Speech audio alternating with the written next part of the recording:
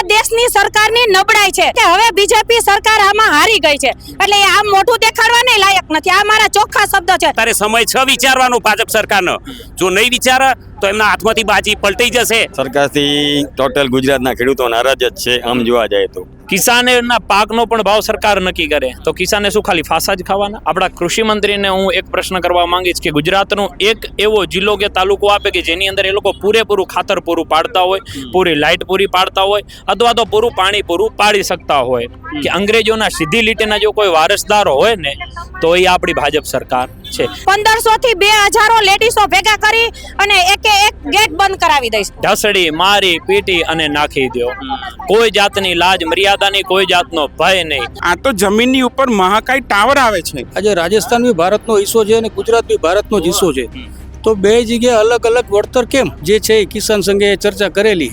કિસાન સંઘથી આપણને બી અનુભવ છે જ. અમને સરકાર ઉપર અને કિસાન સંઘ ઉપર ખૂબ અપેક્ષાઓ અને વિશ્વાસ હતો, પણ ન કિસાન સંઘ ચોખવટ કરી શક્યું કે ન રાજ્ય સરકાર. મને તો અંદરથી એવું લાગે છે કે કદાચ હવે સરકાર પાસે કિસાન સંઘનું ઉપજતું નહીં હોય અને મોદી સાહેબ જ્યારે અહીં ગુજરાતમાં આવવાના હતા એટલે ખેડૂતો ન આવી શકે એના માટેનું પણ એક એ ષડયંત્ર હોય છે. આવનાર દિવસોમાં અમે ઘણા બધા ખેડૂતો લઈ અને ઉગ્ર આંદોલન કરશું અને અમારો હક લઈને જ અમે જંપીશું. ખેડૂત એક આમ પ્રજા જેવો છે, ગરીબ છે, એનું શોષણ કરી લોલીપોપ આપી અને ખેડૂતનું શોષણ કરી અને અદાણી જેવી ધનાટે કંપનીનો શું માલેમાલ કરવાની? કા સરકાર તો પલટી મારશે, 100% મારશે, એને મારશે. જેમ કે અદાણી કંપનીને કચ્છ કલેક્ટરે લખી આપ્યું કે તમે દબનગીરી કરી અને લાઈન કટાવી જાઓ. ખેડૂત આંદોલન થાય ત્યારે ખાખી વર્દી કેમ આગળ કરવામાં આવે છે? અને અમને આજે નહીં, હું તો એમ કહું છું કે અત્યારે જેલમાં નાખી દે તોય તૈયાર છીએ.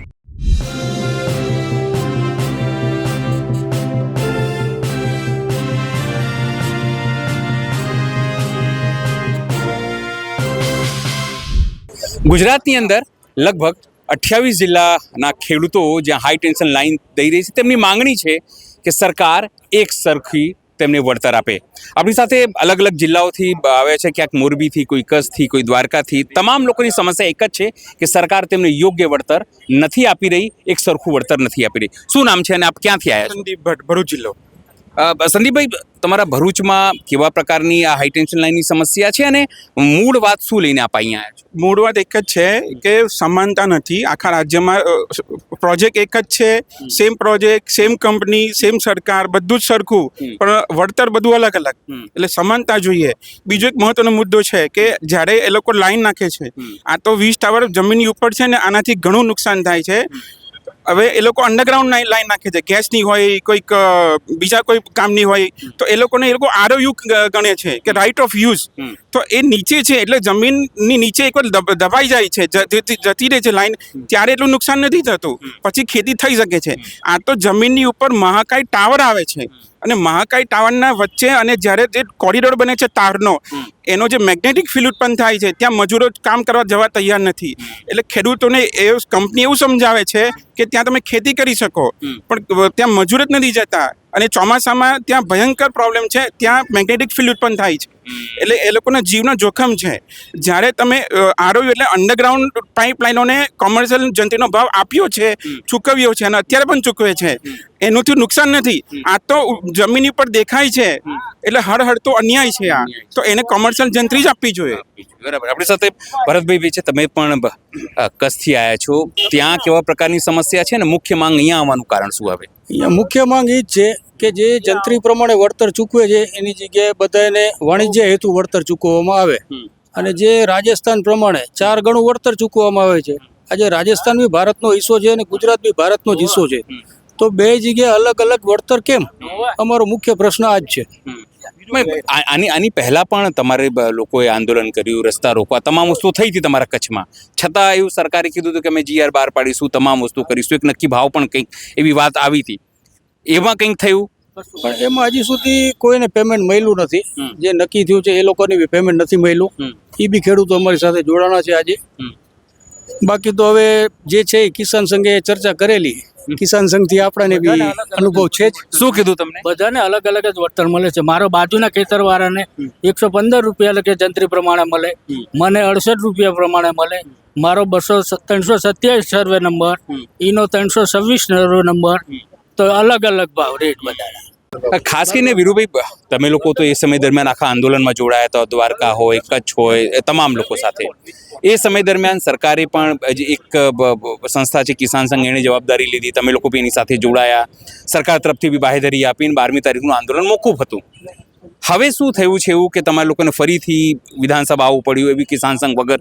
અમને સરકાર ઉપર અને કિસાન સંઘ ઉપર ખૂબ અપેક્ષાઓ અને વિશ્વાસ હતો અને એમને બાહેંધરી આપી એટલે અમે 12 તારીખે અહીંયા આવ્યા નહીં.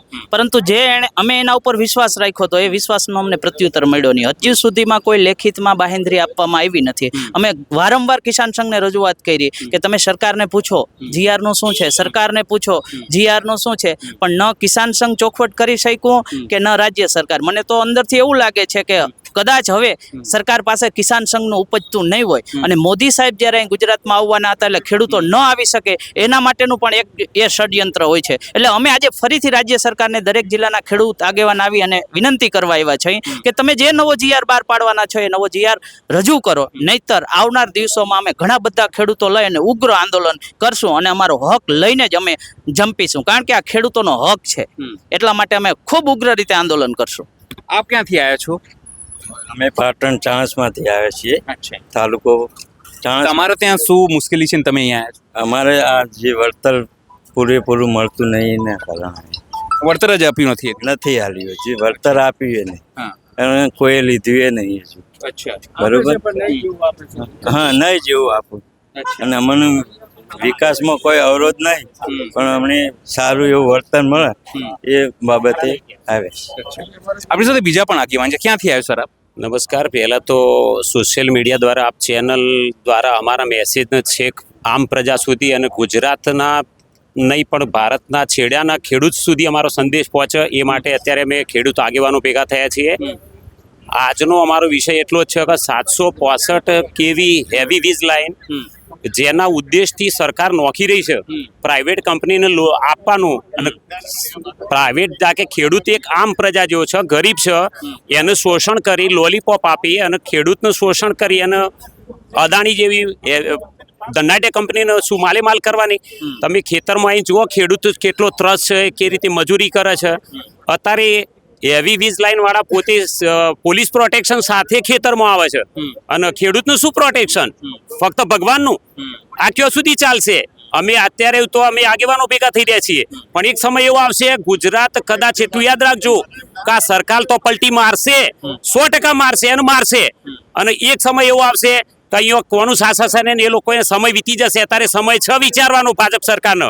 જો નહીં વિચારે તો એમના હાથમાંથી બાજી પલટાઈ જશે, કારણ કે ખેડૂત મહેનત પરસેવો પાડીને પૈસા પેદા કરે શું કરે છે એમાં.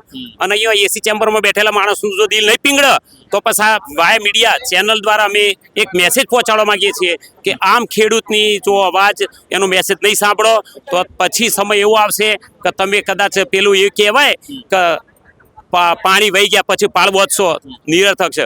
તો ખેડૂતોને સાચવજો. ખેડૂતને જંત્રી પ્રમાણે ભાવ આપો છો તો આખા એક જગ્યાએ 1700 ભાવ, એક જગ્યાએ 300 ભાવ. શું છે આ બધું? કંઈ ખબર પડતું નહીં. તો તમે એટલું વિચારો, ખેડૂત કંઈ ગરીબ છે, કોઈ બંગલો બાંધ્યો નથી, કંઈને કશું કર્યું નથી. અત્યારે તમે આજની ખેતી જુઓ, હાલના સમયની. અત્યારે 18-3 આગેવાની પેલી આગાહી છે, તો આગેવાની કરનારા માણસોને એટલી ખબર પડી જુઓ, ખેડૂત કદાચ પોતાને ડોકા તો પોતાને ડોકી છે, ખેતર ડોકવા જશે. તો સરકારે ખરેખર ચુસ્ત નિયમોમાં અમલ જે કર્યો છે એનો ઠરાવ તાત્કાલિક ખેડૂતોને એની અમલવારી કરીને એનો નિષ્કર્ષ કરી અને એનું વળતર આપવું પડશે. નહીં આપે તો આગામી ચૂંટણીમાં અમે વચનબદ્ધ છીએ કે એમને ગામમાં નહીં પેસવા દઈએ. અને સરકાર ખરેખર આ વખતે બદલાશે. અમારી એક જ માંગ છે. આજે અમે ભેગા ફક્ત ખેડૂત આગેવાનો થયા છીએ, તમામ લોકો નથી આવ્યા. એટલે જૂથ સંખ્યામાં અમે જે આગેવાનો આવ્યા છીએ એ ફક્ત આ 765 kV હેવી વીજ લાઈન અંગતે રજૂઆત કરવા માટે જવાના છીએ. હવે આગળ જોઈએ કેવી રણનીતિમાં અમને શું એ લોકો જવાબ આપે છે એની અમે શું કહેશો આપ, જે રીતે તમે લોકો અહીંયા આવ્યા છો? દાદા બહુ નારાજ દેખાય સરકારથી ટોટલ ગુજરાતના ખેડૂતો નારાજ જ છે. આમ જોવા જાય તો હર ચીજની અંદર, ભાવમાં કે વળતર બાબતમાં કે બીજા કોઈમાં ખેડૂતો નારાજ જ છે. પણ આ હવે સરકારને નિંદરમાંથી જાગવું પડે અને એની તાના શું કહેવાય આત્મવિશ્વાસ કે ભાઈ અમે જીતશું એવો ન કરી અને ખેડૂતો સામે જુએ અને ખેડૂતોને સારો ત્યાં ન્યાય આપ ક્યાંથી આવ્યા છો? હું કચ્છમાંથી આવ્યો છું. કચ્છમાં તો મોટી પ્રોબ્લેમ છે, મંડિયાથી સાહેબ આવ્યા છે, તો એ મોટી સંખ્યામાં છે. હા, તો કચ્છમાં આજની તારીખમાં 17 થી 18 લાઈનો નીકળવાની છે. ઉત્પાદન ટોટલ કચ્છમાં જ છે. અને એ જે એક રૂટ છે અહીંયાથી જ આજે મારા ગામની અંદર વાંઢિયાની અંદર 6 લાઈનો કન્ટિન્યુ નીકળે છે. તો મારા ખેતરની અંદર 3 લાઈનો આવે છે. તો મારે ખેતી કરવી કે ખાલી તારની શું કહેવાય ચોકીદારી કરવી, ટાવરની ચોકીદારી કરવી? આ તો એને એવું છે કે ભાઈ ખેડૂત છે, ચોકીદારી કરશે, મારું નીચેની જમીન બી સાફ રાખશે ને મારા ટાવરની બી ચોકીદારી કરશે ને પાણીના ભાવમાં ટાવર લઈને કાઢી જઈશ. આના પહેલા 2012માં 17 લાખ 18 લાખ રૂપિયા ચૂક્યા છે અને આજે એ 5 લાખ ને 7 લાખ રૂપિયામાં એ જ ટાવરની માંગણી કરે છે. આપણી સાથે બીજા પણ આગેવાની છે. શું નામ છે આપનું? અજય મહારાજ, વાંઢિયાથી કચ્છમાંથી આવું છું હું. હવે આપ તો પૂરી વંડિયા તો ખૂબ ફેમસ છે, મુખ્ય કેન્દ્ર છે આંદોલનનું. બસ એ જ અને આપે બહુ સારી મહેનત બી કરી છે અમારી માટે, ખેડૂતોના હરેક મેં વિડીયો બી આપે ચડાવ્યા છે. આપના માધ્યમથી હું પહેલાં તો આપનો ખૂબ ખૂબ આભાર માનું છું કે આપે ખેડૂતોને રાય અને સારા રસ્તે અને બહુ સારી હેલ્પ કરી છે. હવે આજનો જે પ્રશ્ન છે, તો આપણે આગળ વાત કરી ભાઈએ કે ખેડૂતોના પ્રશ્નની વાત કરીએ ને તો ખાલી એક વીજ લાઈનનો જ પ્રશ્ન નથી.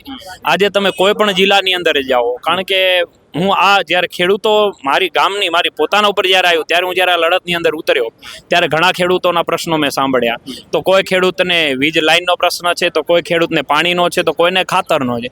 આજે ગુજરાતમાં આપણા કૃષિ મંત્રીને હું એક પ્રશ્ન કરવા માંગીશ કે ગુજરાતનો એક એવો જિલ્લો કે તાલુકો આપે કે જેની અંદર એ લોકો પૂરેપૂરું ખાતર પૂરું પાડતા હોય, પૂરી લાઇટ પૂરી પાડતા હોય, અથવા તો પૂરું પાણી પૂરું પાડી શકતા હોય. તો એવો કોઈ પણ એવો ગામ કે તાલુકો નથી. જ્યારે આજે વીજ લાઇનની કંપનીઓને જમીન જુએ છે તો એ લોકોને જંત્રીના ભાવે આપવામાં આવે છે. જ્યારે ખેડૂતને કોઈ પણ જાતની સરકારી જમીન જોતી હશે તો શું એને જંત્રી ભાવ આપશે? એ લોકો નહીં આપે. તો શા માટે ખેડૂતો અને કંપનીમાં આટલો ભેદભાવ છે?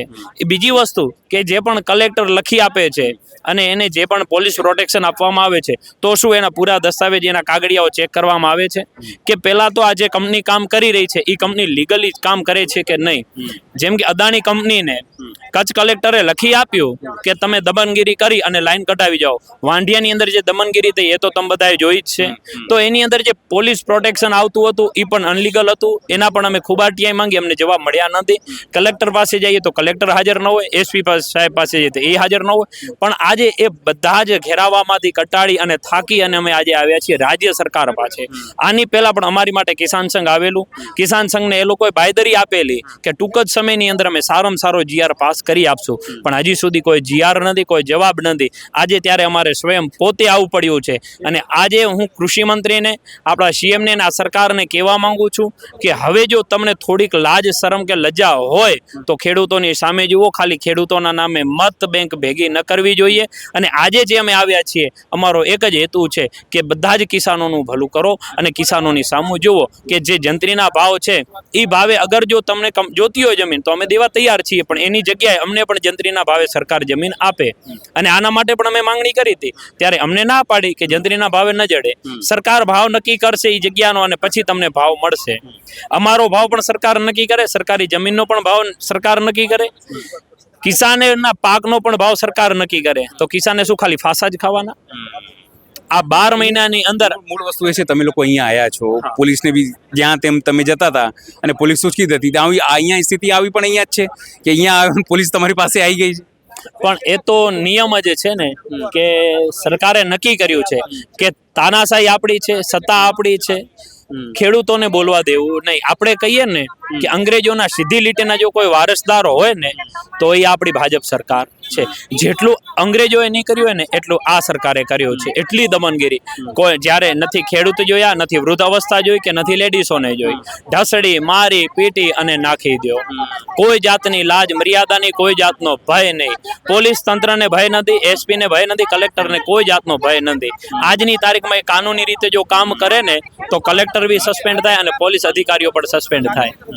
અને અદાણી કંપનીના જેટલા પણ કામ થયું છે એ બધું જ ફ્રોડ કામ થયું છે. એના પુરાવા સાથે બધે મારી પાસે છે, પણ છતાં અમારી કોઈ વાત સાંભળવા તૈયાર નથી. તો હું આપના માધ્યમથી રાજ્ય સરકારને પણ કહેવા માંગીશ, ખેડૂતોને કહેવા માંગીશ, પહેલા તો ખેડૂતોને થોડીક શરમની જરૂર છે. આજે ખેડૂતોમાં એકતા નથી, સંગઠિત નથી, અને અમુક રાજકારણીઓના દબાણથી જે ભીખથી ભય બેઠા છે ને, એના કારણે એમના બાળકોનું ભવિષ્ય બગાડી રહ્યા છે. અને આ સરકાર એનું ભવિષ્ય બગાડી રહ્યું છે, અને એનું પરિણામ પણ એને ભોગવવું પડશે જો ટૂંક સમયની અંદર એ પરિપત્ર જાહેર નહીં કરે તો.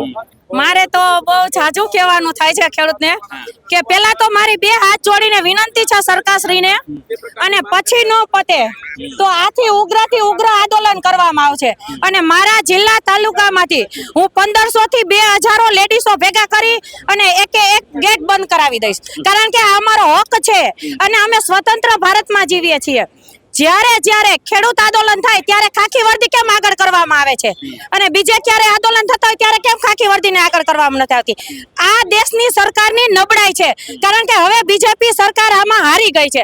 એટલે એ આમ મોઢું દેખાડવાને લાયક નથી. આ મારા ચોખ્ખા શબ્દ છે. અને જ્યાં ખેડૂતોને આંદોલન થશે, જ્યાં ખેડૂતોને અન્યાય થશે, ત્યાં દરેક વખતે આંદોલન ઉપર ઉતરવામાં આવશે. પછી અમે ખાવાના રહી કે છોકરાઓના ના રહી તોય હાલશે. અને અમને આજે નહીં, હું તો એમ કહું છું કે અત્યારે જેલમાં નાખી દે તોય તૈયાર છીએ. જો આવો પાવર બતાવી અને સરકાર દબાવવા માંગતી હોય તો હું તો દરેક ખેડૂતને કહું છું કે આનાથી દબાઈ ન જાઓ, કારણ કે તમને આજે 30 વર્ષથી આ દબવે છે. હજી તમારે આવનારી પેઢીને બરબાદ કરવી છે. જય હિન્દ, જય જવાન, જય કિસાન. સ્વાભાવિક છે કે જે રીતે અહીંયા મહિલા હોય કે પુરુષ, અહીં જે ખેડૂત આગેવાનો આવ્યો છે, સીધી રીતે વાત કરીએ તો જગતના તાત જે છે તે વિધાનસભા અહીંયા આવ્યા છે. પોલીસ અહીંયા આવી ગઈ છે, તેમને કદાચ એવી સૂચના હશે કે તેમને ડિટેન કરવામાં આવશે, પણ તેઓ મક્કમ છે કે જો આગામી દિવસોમાં તેમની વાત નહીં સાંભળવામાં આવે તો ગામે ગામ આંદોલન થશે અને ગામોની અંદર જઈને તે તમામ લોકો વિરોધ પ્રદર્શન કરશે. સહયોગી સંદીપ સાથે અનિલ પટેલ, ગાંધીનગર.